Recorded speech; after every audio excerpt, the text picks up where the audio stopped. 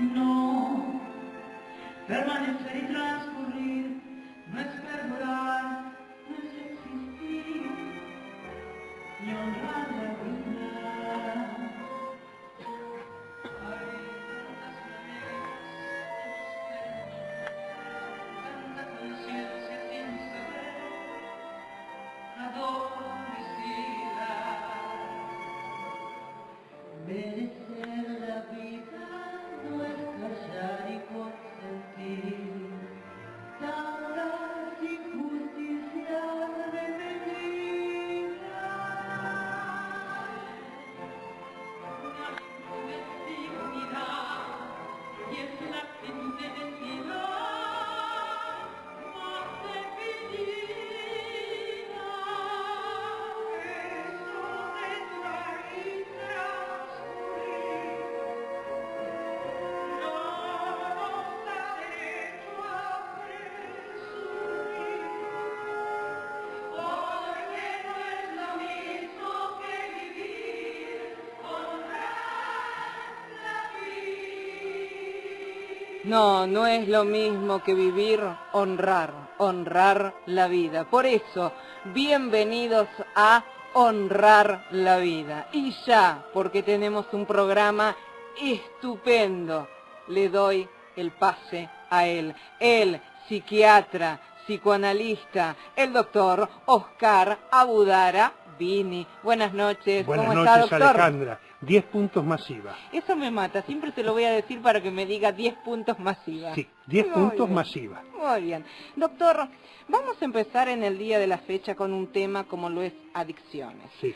Porque tenemos una entrevista muy importante con el doctor Gustavo de Vega, que ya vamos a avanzar en esa entrevista. Pero lo primero que le quiero preguntar, porque muchos de nuestros oyentes pueden tener un familiar que esté padeciendo Sí. y esté en una situación de desesperación, hasta en momentos de desesperanza. ¿Qué consejo le puede brindar a esa familia? ¿Por qué? Porque escuchamos en televisión y a veces son familias que pueden internar en un nosocomio, que pueden internar en un hospital psiquiátrico porque tienen el tema económico que los ayuda y que pueden realizarlo y pueden hacerlo aquellos que son en adicciones, depresión en depresión, trastorno límite de la personalidad, trastorno límite de la personalidad, bulimia y anorexia. Pero ¿qué consejo se le puede brindar a todos nuestros oyentes, desde la clase más baja hasta la clase más alta? Vos lo insinuaste y lo planteaste bien. Las personas que tienen recursos económicos u obras sociales importantes tienen un montón de clínicas, de instituciones, de comunidades para consultar. Hay personas que están en barriadas muy humildes, donde hay curas villeros Sí. con mucho manejo de la cosa. Hay otras personas que están en barriadas mucho más humildes, donde hay agrupaciones de familiares, por ejemplo, las famosas madres del Paco. Sí. Entonces, es importante que la persona viva donde viva, trate de averiguar en su ciudad, en su barrio, en su localidad, si hay una iglesia, Bien. una institución, un grupo de padres que puede dar una mano para una primera orientación. Bien. Porque, y esto es esencial como has planteado el problema, la enfermedad, teóricamente, desde el punto de vista médico, es la misma. Exacto. Lo que define de manera absoluta la diferencia es qué tipo de tratamiento. Exacto. Y vamos a dar un ejemplo de una persona pública, porque a veces nos desespera la necesidad y el deseo de que las cosas se resuelvan rápido. Lamentablemente, algunas adicciones en algunas personas son enormemente largas. Es verdad. Entonces, cuando yo ya tenía cierta experiencia, se sabía que el hijo de un productor teatral cinematográfico enorme, que era Gerardo Sofovich, Sí. Gustavo Sofovich, te estoy hablando de principios de los años 80, se sabía que él tenía problemas de adicción. Entonces estamos hablando de una familia de excelentes recursos, de gente muy inteligente, de gente Sí. con buena onda, pero donde la adicción de una persona llevó años y años y años y años con los mejores recursos. No hay una ley preestablecida de cuánto te va a llevar a vos, cuánto me va a llevar a mí. Lógico. No hay una ley establecida. Tenemos que ver cada persona en su lugar. Porque hay algunos curas villeros que tienen mucho éxito. La iglesia se mueve muy bien. Sí. En algunos casos les va muy, pero muy bien. Y tengo casualmente la hija de un gran amigo que no anduvo bien. Había dinero allí, era una familia de clase media más o menos bien. Sí. Tenían dinero para tratamiento con buenos profesionales, pero la chica no anduvo con excelentes profesionales. Ella se sintió acercada a la iglesia y con la iglesia anduvo perfecto. Qué bárbaro. Entonces no podemos saber a priori con quién esa persona Bien. va a andar bien. Bien, bien. Y la otra cosa que tenemos que aclarar es que el daño de cada droga también depende de la persona. Sí. Vayamos a la droga más común de todas, que es el cigarrillo.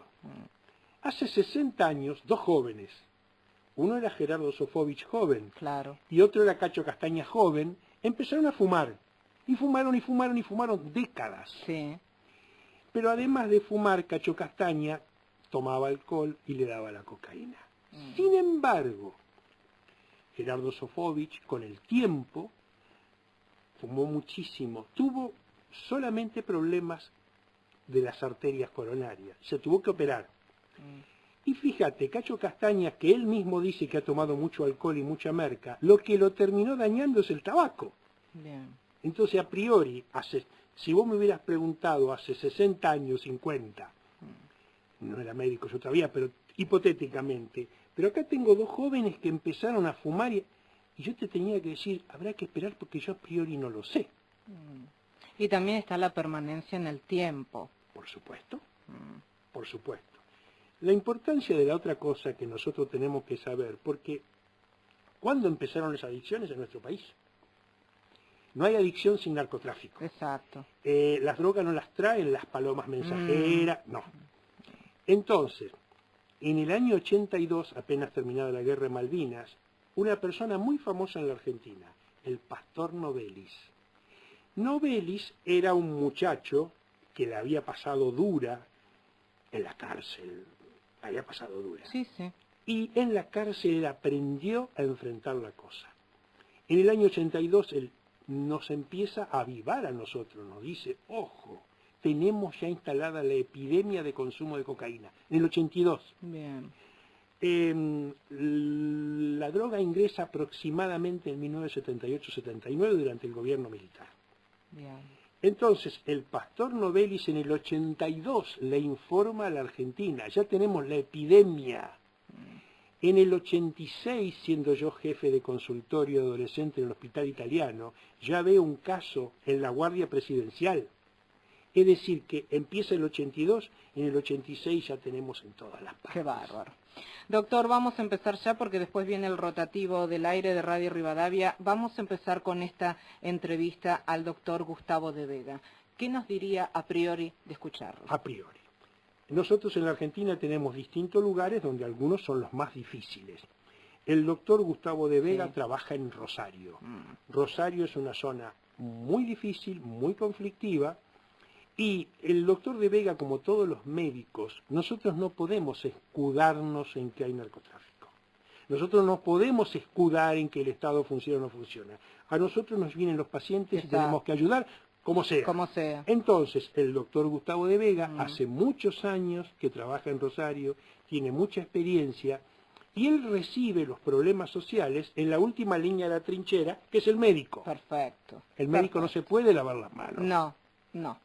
Así que vamos a escucharlo a él, una entrevista imperdible. El doctor Gustavo de Vega, nacido justamente en Rosario, y realmente a vos te va a sorprender tanto como a mí. Voy a presentar a un querido colega, el doctor Gustavo de Vega, médico psiquiatra, especializado en adicciones, que vive en Rosario, una ciudad difícil. Él tiene una clínica y hace muchísimos años que trabaja con personas adictas. Así que, querido colega y amigo Gustavo, te voy a hacer la primera pregunta. Imaginemos que vos te pones a pensar en dos niños que están en el último año de la escuela primaria en Rosario. Esos niños van a salir a la calle el año que viene y se van a encontrar con una oferta en kioscos, en despensas y casi un supermercado donde les van a ofrecer tabaco, marihuana, cocaína, alcohol, paco. ¿Cómo te imaginás vos la realidad de esos chicos? Bueno, es una realidad muy compleja y desgraciadamente muy difícil porque nuestra ciudad particularmente se caracteriza por una serie de situaciones que exceden esto que vos te estás preguntando.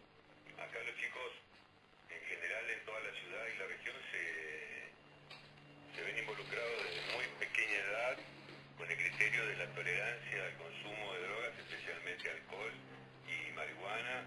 Acá en la región, el nivel de tolerancia y de confusión que existe respecto a esto de la marihuana medicinal o marihuana terapéutica, porque hace 25 años que en nuestra región se ha instalado el criterio de la reducción de daños y el consumo problemático.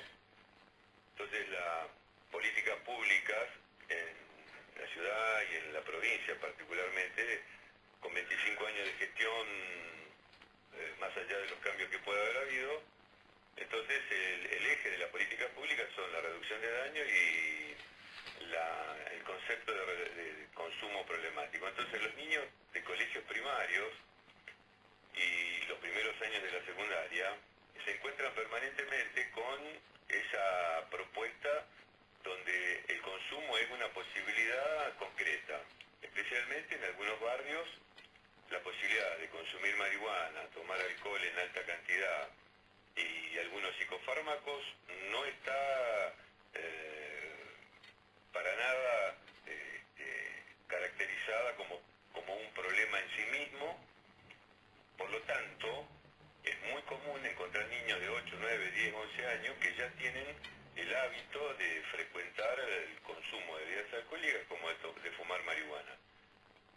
12, 13 y 14 años prácticamente es algo bastante común que los chicos los fines de semana consuman en la previa y hagan uso de algún tipo de droga psicodélica, y es muy común en esta zona el tema de los psicofármacos, los benzodiazepínicos y el tema de la marihuana, y hay mucho autocultivo porque se ha generado esta confusión desde hace ya varios años, donde muchas familias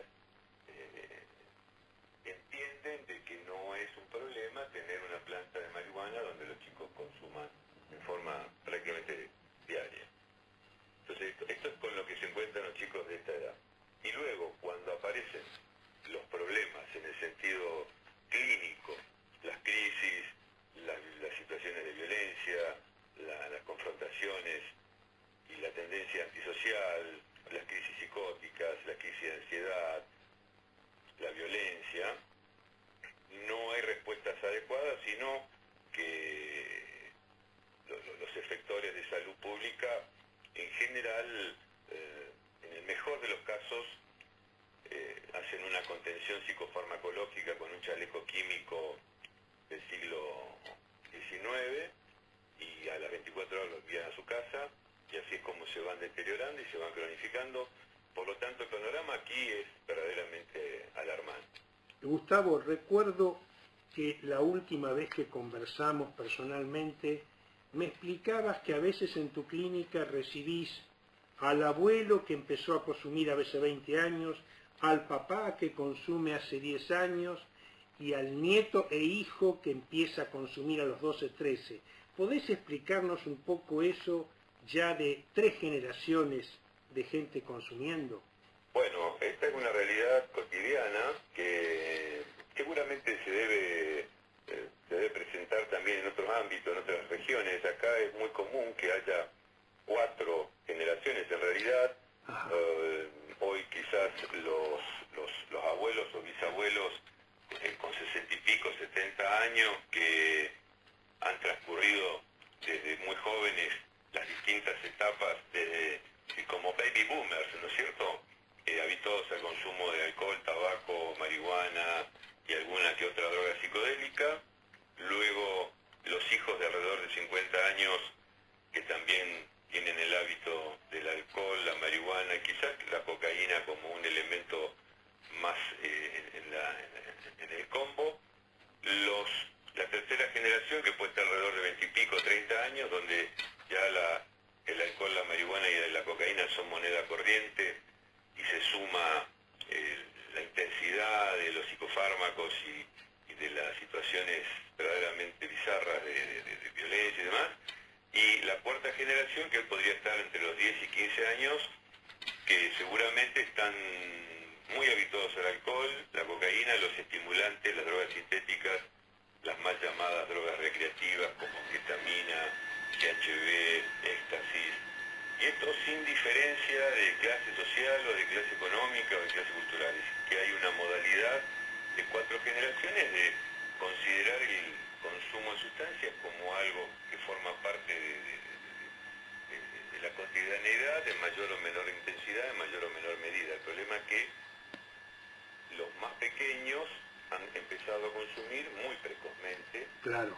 Por lo tanto, quizás las primeras generaciones consumieron a los 20, 20 y pico, pero hoy los niños están ya a los 10 años fumando porro y tomando quizás una pastilla de ácido lisérgico o de éxtasis compartida entre 3 o 4 compañeritos en la esquina.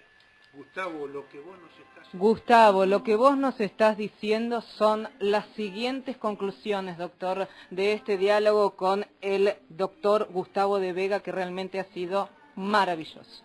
Él nos explica algo muy elemental, pero que a lo mejor no todos lo sabemos. Que él está asistiendo ya a 4 generaciones. Claro. Entonces nosotros ya tenemos 4 generaciones, el abuelo, el papá, el hijo y el nieto, que están consumiendo. Fíjate que nosotros empezamos hablando de 2 personalidades públicas muy famosas, Sí. que empezaron a consumir hace 50 años. Entonces tenemos ya 4 generaciones. Excelente. Es para saberlo, es para tenerlo en cuenta y es para informarnos y es para darnos una idea de la complejidad de las cosas, porque ahora te hago la pregunta médica, al revés. Porque no es lo mismo que a uno como médico le venga un papá a traer el chico Sí. y el papá esté más o menos libre. Mm. Que el hijo diga, vengo con mi papá que es adicto, con mi abuelo, con mi bis... Es verdad. Entonces, no es lo mismo. No.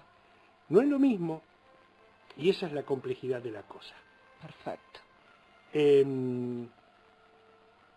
No es para rasgarnos las vestiduras, es para saber que el problema existe, y lo fundamental de todo, vuelvo a lo que planteaste vos.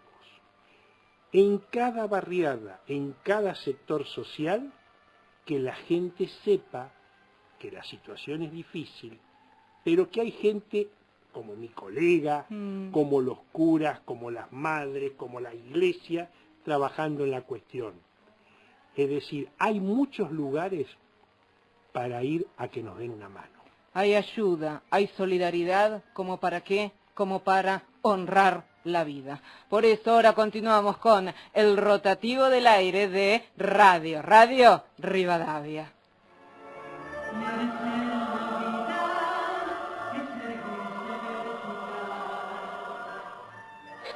Estamos donde tenemos que estar. De tu lado. Radio Rivadavia. De tu lado.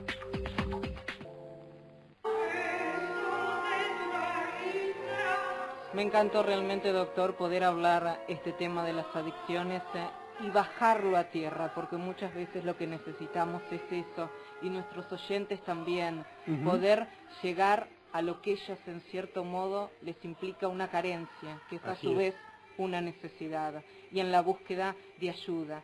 La última pregunta Sí. que le quiero hacer, doctor, porque lo que me parece que es muy difícil es aquel caso en el cual no quiere recibir ayuda, y muchas veces son mayores de edad. Ujú. ¿Qué es lo que puede hacer una familia? Los médicos en esto, los que trabajamos con adicciones, estamos divididos en dos. Hay algunos que en todas las adicciones esperan que haya cierta voluntad en la persona enferma. Bien.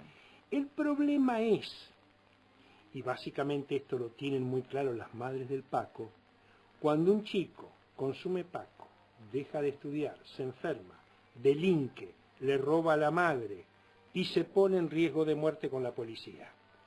Entonces ahí muchos somos partidarios, siempre y cuando la familia esté de acuerdo, de buscar tratamientos, aunque no contemos con la voluntad del paciente. Venimos de ver un caso famoso. La importancia de los casos famosos es que son públicos. Es cierto. Entonces la gente puede ver que alguien muy poderoso, muy famoso, tiene ciertos problemas que la Es persona verdad. también tiene. En el caso de Carlitos Nair Menem, Sí, lo iba a nombrar. el caso de Carlitos Nair, él estaba con sus adicciones más un delito. Sí. Entonces, estaba en la cárcel. Entonces, en un primer momento, su hermana le dice al juez, yo me hago cargo de tenerlo custodiado en mi casa. O sea, la hermana se juega. Luego de un tiempo, la hermana dice públicamente, esto a mí me pasó por encima. La desbordó. La desbordó. Entonces, tiene que volver a hablar con el juez.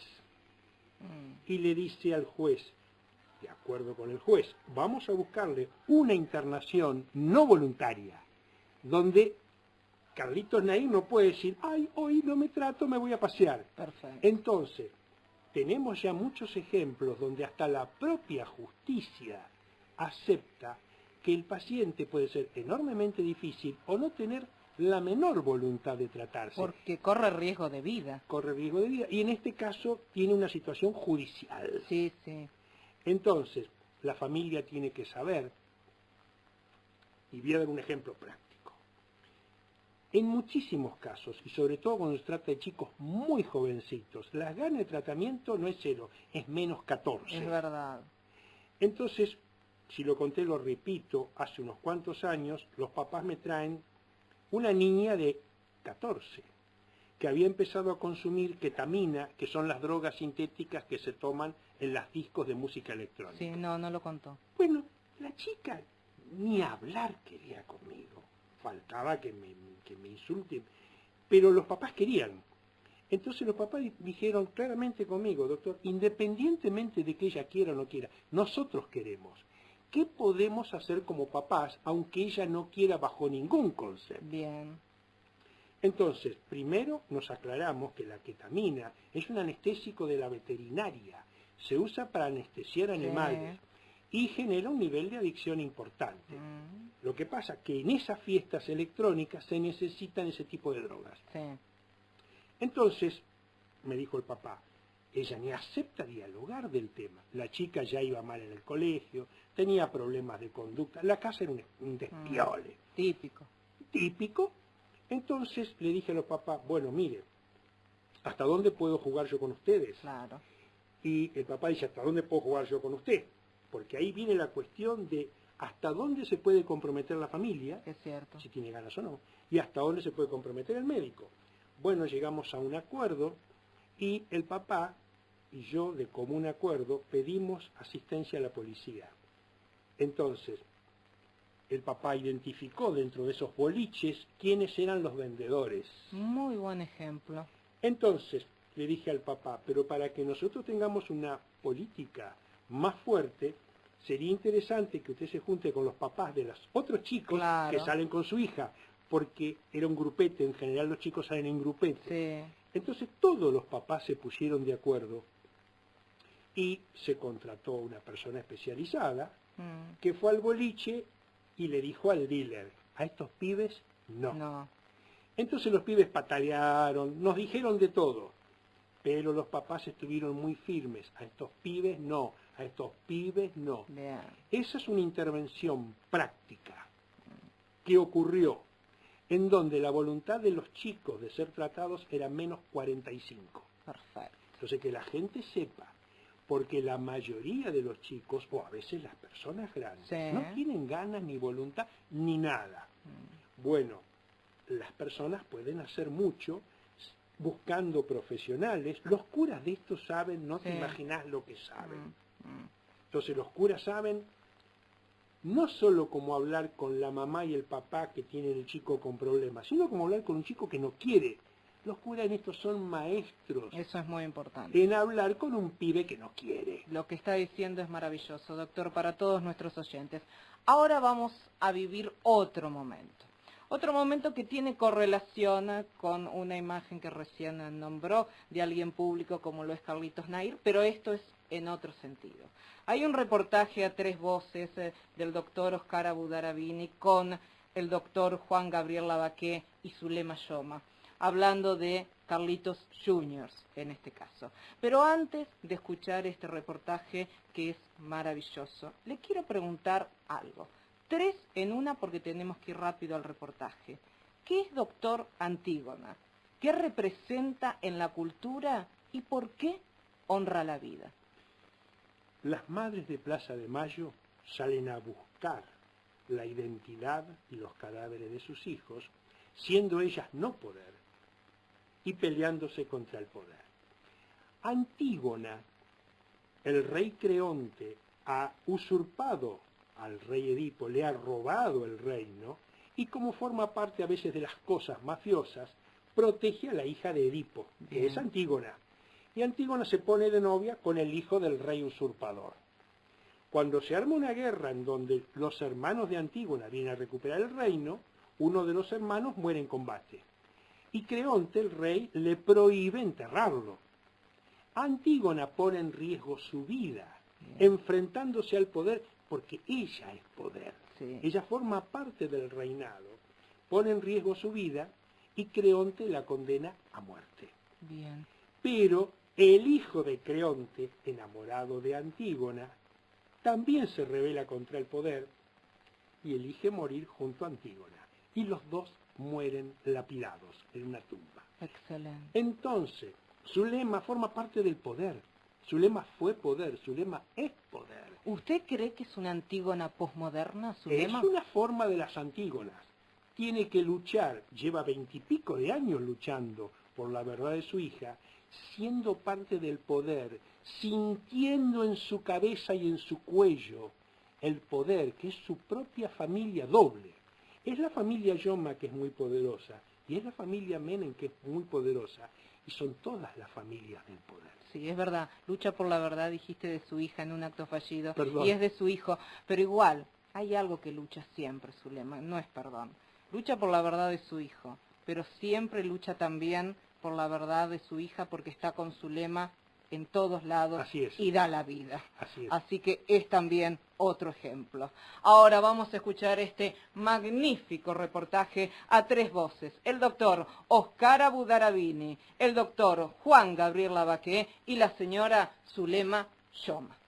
Hace 21 años que el pueblo argentino, tratándose de la muerte del hijo del presidente, supongo que el resto del mundo, estamos sometidos a una presión para que creamos que fue un accidente. Y creo que usted, Zulema, como mamá, y el doctor Lavaqué, nos pueden dar otra perspectiva de las cosas. Así que empiece el que quiera primero. Bueno, lamentablemente cuando falleció mi hijo, yo tenía la plena seguridad que algo iba a pasar con uno de mis, ya sea con Zulemita o con Carlitos, alguna desgracia, porque ya unos días antes, desgraciadamente, ya mi hijo lo noté muy raro, bueno, comentándome que realmente sentía la persecución que lo estaban siguiendo. Y bueno, hasta me dijo que mamá en cualquier momento me van a matar. Y bueno, lamentablemente cuando a mí me avisa el doctor Abudara que pasó algo con el helicóptero, dije, bueno, ya lo mataron a Carlitos. Y bueno, y ahí comenzó esta triste historia, pidiendo, rogando por la verdad de que a mi hijo lo han difamado inocentemente porque lo que pasó fue un atentado, que a mi hijo lo mataron. Desgraciadamente la fuerza del poder poder oculto que tenemos lamentablemente y que manejan algunos personajes, bueno, seguimos luchando a diario junto con el doctor Lavaqué. Doctor Lavaqué, yo sé que vos tenés un libro ahí en la gatera, en el horno, En la imprenta. En la imprenta, a punto de salir. ¿Nos podrías explicar de manera que nosotros te entendamos, porque yo sé que vos sos una persona clara, cuáles son las investigaciones fuertes, los núcleos duros de tu trabajo? El trabajo tiene, podríamos decir, tres objetivos centrales, ¿no? El primero y fundamental es reivindicar el buen nombre de Carlitos. Ese chico se lo ha calumniado hasta el cansancio para hacer creer de que fue un accidente, y para ello han tenido que recurrir a la falacia de que Carlito andaba jugando con el helicóptero, subiendo, bajando, zigzagueando. El juez incluso ha cometido el mal gusto, porque eso ya es mal gusto, además de otras cuestiones, de decir que se rumorea de que andaba persiguiendo a una damita de blanco que iba en un Fiat, pero que no lo ha podido comprobar, pero lo pone en la sentencia. Claro. Me parece realmente una cosa muy desagradable. Pero forma parte de una campaña que se montó para hacer creer de que fue un accidente. Y nosotros hemos logrado demostrar en forma totalmente fehaciente, de que lo mataron. Esto es lo primero. El primer objetivo es que el chico no era un irresponsable, fue una víctima de un atentado. Punto. El segundo personaje, y al cual realmente le dedico el libro, es Zulema. Porque al margen de lo que ha hecho como mamá, como argentino, como una argentina más perseguida, calumniada, negada totalmente, la gran prensa en contra, campaña desde la Casa Rosada para hacer creer a la gente que estaba loca, ella ha tenido la entereza de mamá y de ciudadana de seguir adelante y confiar en la justicia. Y esto es un ejemplo que me parece que los argentinos de hoy necesitan. Confiar en su justicia a pesar de todo, no bajar los brazos, seguir luchando para obtener la verdad y la justicia que todo el mundo requiere en este momento de tantas contrariedades y problemas que tiene nuestro pueblo. De modo tal que he querido poner como ejemplo a Zulema de lo que debe ser la lucha de los argentinos por lograr justicia. Muchas gracias, Juanito, por tus palabras, muy agradecida. Y bueno, también por tu intermedio, de alguna manera, es esta lucha que no fue en vano que tuvimos, de que la memoria de Carlitos quede realmente donde corresponde, en un lugar digno, y no las barbaridades que se hablaron de él. Así es, madre. El título del libro es Carlitos, el hijo de Zulema. ¿Y por qué, por favor, sintetizanos la esencia de los hechos gordos que te llevan a concluir? Yo le he hecho un resumen al Consejo de la Magistratura, porque hemos denunciado al juez Villafuerte Russo ante el Consejo de la Magistratura. Hemos tenido una larguísima reunión con Zulema, secreta, no se puede revelar su contenido, con casi todo el Consejo, y por separado hemos tenido con el resto de los miembros, en donde le hemos enumerado, no te exagero, por lo menos 40, 30 casos concretos de arbitrariedades que se han ido cometiendo para tapar el atentado y hacer creer que era un accidente. Yo comenzaría por decirte que hay tres grandes responsables de esto, un cuarto menor, pero tres grandes responsables, y que Zulema me disculpe lo que voy a decir. El primer responsable de esto, de que se haya tapado esto y de que se haya tratado de hacer creer que fue un accidente, surge de todas nuestras investigaciones, es Carlos Menem Pato.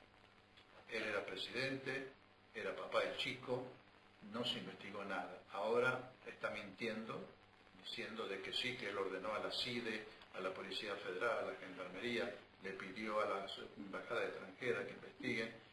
Todos y cada uno de estos personajes han sido citados por el juez para declarar como testigos, y todos sin excepción han dicho que nunca Menem les pidió investigar nada. Incluso Carlos, papá, dice, y esto está en los diarios, es así, que él se enteró o supo que era un atentado con la pericia de Gendarmería, que es de fines del 97, principio del 98. Él era presidente. Aún así, no hay un solo antecedente de que haya investigado o que haya ordenado una investigación. La pasividad ha sido total. Yo le marco en el libro a Carlos incluso En enero del 98, cuando la pericia de gendarmería ya estaba hecha, él le pide a Label que mande un técnico para demostrar que fue un accidente. Y viene el técnico y el abogado de Menem se queja de Zulema, que sigue insistiendo que Label es la fábrica de los helicópteros. Label es la fábrica de los helicópteros. Primer responsable. El segundo gran responsable es el juez Villafuerte Russo. Si hay un caso en la Argentina de un tribunal especial nombrado, valga la redundancia, especialmente por un caso, es el juez Villafuerte Russo. El accidente se produce cuando el juzgado federal número 2 de San Nicolás no existía. Estaba creado por ley hace un tiempo, pero no existía en la práctica. Ni tenía juez ni nada, ni sede ni nada. Carlos Menem lo asciende a Villafuerte Russo, que era secretario de juzgado en San Isidro, lo asciende a juez, lo nombra en el juzgado federal número 2, crean el juzgado y le encargan el caso de Carlito. Y desde entonces comienzan todas las acciones del juez para encubrir esto. La primera y más grave es la que denuncia la propia Zulema. Zulema en marzo del 98, eso está en el libro bien detallado, se da cuenta de que la Fuerza Aérea ha destruido apresuradamente el helicóptero para que no se pudiera peritar. Yo he dicho 98, en marzo del 96, perdón. O sea, Enseguida. La Fuerza Aérea toma el helicóptero, hace una pantomima de pericia y lo compacta. El resto lo da como chatarra, lo parten en pequeños trozos, lo ponen en tacho de basura, en bolsa de basura para que se lo lleve el SEAMS. Es una cosa increíble. Eso lo denuncia Zulema porque es un delito grave por parte de la Fuerza Aérea, y Villafuerte Russo ni siquiera abre un sumario Para investigar eso. para investigar a la Fuerza Aérea, sino que lo sobresee al brigadier Horacio Viola, que era el jefe de investigaciones de la Fuerza Aérea, y tapa todo. Zulema recurre inmediatamente ante la Cámara, etcétera, y todo el espinel menemista, Cámara de Apelaciones, Cámara de Casación, Corte Suprema, con Nazareno a la cabeza, le dan la razón al juez y no abren la causa contra la Fuerza Aérea por el encubrimiento grosero que había hecho. Como conocedor común, como pueblo común que soy, o corregime si me equivoco, distingo. Una cosa es investigar el helicóptero en sí para encontrar pruebas de valor. Y otra cosa son las extrañas cuestiones que le ocurrieron a muchos testigos de muertes raras. Sí, es repetición agrandada, aumentada, de lo que sucedió con la muerte y asesinato del presidente Kennedy en Estados Unidos. En aquel entonces, si te acuerdas, Lee Oswald, el matador, lo mata otro, otro día después, y al matador de Boston lo mata otro.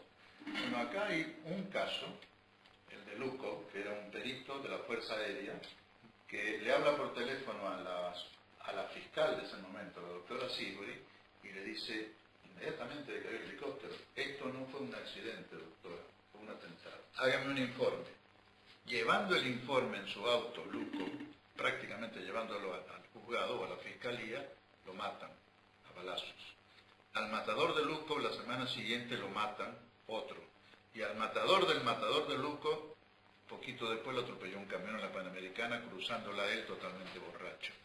Esa es la técnica de los servicios de inteligencia. Te le meten una botella de whisky a la fuerza en la boca, se lo hacen tragar y después lo largan en una calle transitada. Realmente maravilloso. Ahora, ¿cuáles son las conclusiones de este reportaje a tres voces, doctor Oscar Abudarabini? A 21 años, nosotros estamos ante el primer magnicidio comprobado. Y tenemos Zulema y su abogado plantean las pruebas de que efectivamente fue así. Quizás la población todavía no sacó las conclusiones de esto. Nuestro deber fue presentar el hecho. Exacto. Este es nuestro deber. Hasta aquí llegamos y creo que estamos honrando la lucha de 21 años de una mamá. Exactamente. Ahora, doctor, vamos a darle paso a otra persona que ha sabido, sabe y sabrá honrar nuestra vida. Antes de decir el nombre de él, quiero decirte que en La Pampa hay dos grandes músicos. Sí. Uno, Cortés, de un pequeño pueblo que se llama Rancul, Alberto. y otro, el maestruli, el maestrazo, el Exacto. maestrón, que es Raúl Parentela, que fue paciente de mi padre cuando era chiquito. ¡Qué bárbaro! Doctor, le quiero preguntar, ¿por qué eligió una entrevista que vamos a pasar solo los primeros minutos como preludio de lo que viene con el maestro Raúl Parentela. Porque tiene una trayectoria apabullante. Cuando vos entrás en el estudio de Raúl, tiene fotos desde hace 40 años con todos los grandes del espectáculo, del arte, de la cultura. Es un grande, es un enorme. Y la trayectoria de Raúl es en el campo de la música, en el campo de la televisión. Él ha sido muy famoso cuando estuvo con Susana. Claro. Pero él nos explicaba que más famoso que Susana como Maestruli lo hizo Tinelli, Sí. cuando hizo una parodia. Entonces quiere decir que el maestro ha sido muy querido por todo el mundo cuando estaba con Susana. Hizo los jingles de Coca-Cola, fue el Sí. director musical de Canal 13. Es un monstruo de la música. Y aparte de la música también, algo que vamos a denotar en estos logros que usted realiza es la persona. También por eso encontramos en su persona un ejemplo Es una persona maravillosa. de honrar la vida. Solo unos minutos. El maestro, el maestruli, Raúl Parentela. Un hombre honrar la vida, y está inspirada en la canción de Ladia Blasquez. Y nadie como vos para honrar la vida, Raúl. Y Olaria, yo te puse 3 temas de Olaria. ¿Así? Quien nunca amó, y soy yo tan imprudente regando copas, no veo ninguno. Tonta. Vos sos una actualidad, por nostalgia y modernidad, por la fuerza del pueblo le da mi ciudad, es la magia del pico querido regar. Me imagino el paseo por el boulevard, sin olvidar el deporte en fiesta popular.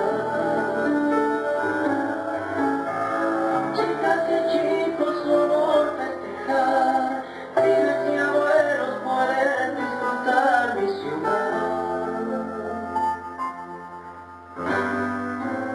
Si era verano te llamó, venía verano, venía Maracó.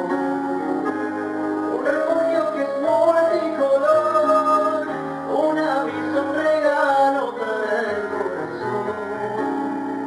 Pico de música y felicidad, pueblo lleno de cordialidad. Es un culto charlar, cafetear aquí, vení el pico te va a enamorar.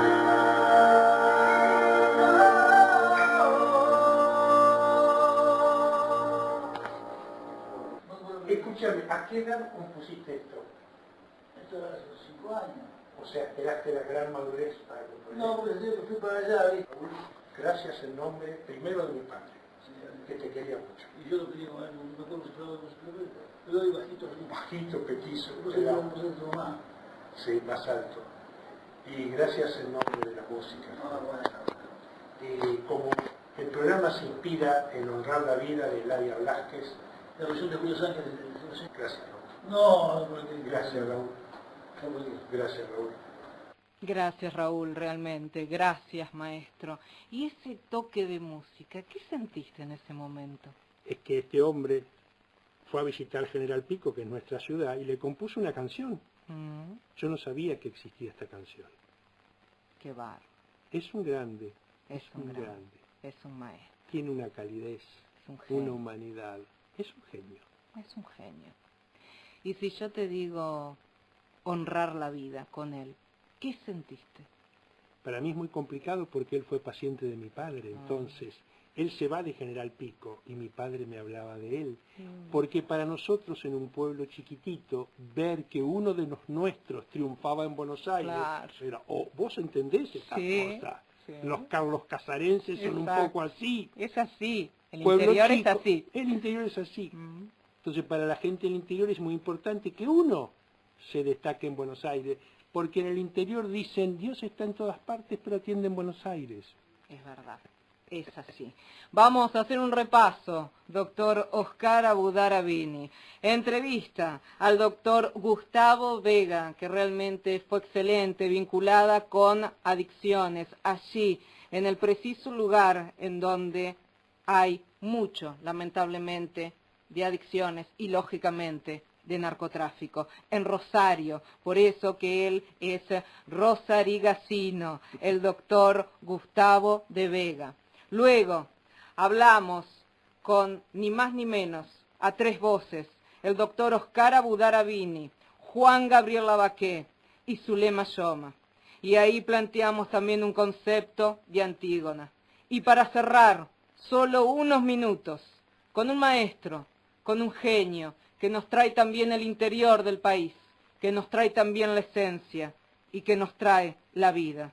Todos ejemplos de lucha, todos ejemplos de coraje para, en definitiva, honrar la vida. Esto se puede llamar un programazo, doctor. Gracias. Así es. Muchísimas gracias. Gracias a vos. Y lógicamente, yo trato de honrar la vida. ¿Usted, doctor? Hago lo imposible. Bien. Y espero que los oyentes en este momento estén honrando la vida. Ay,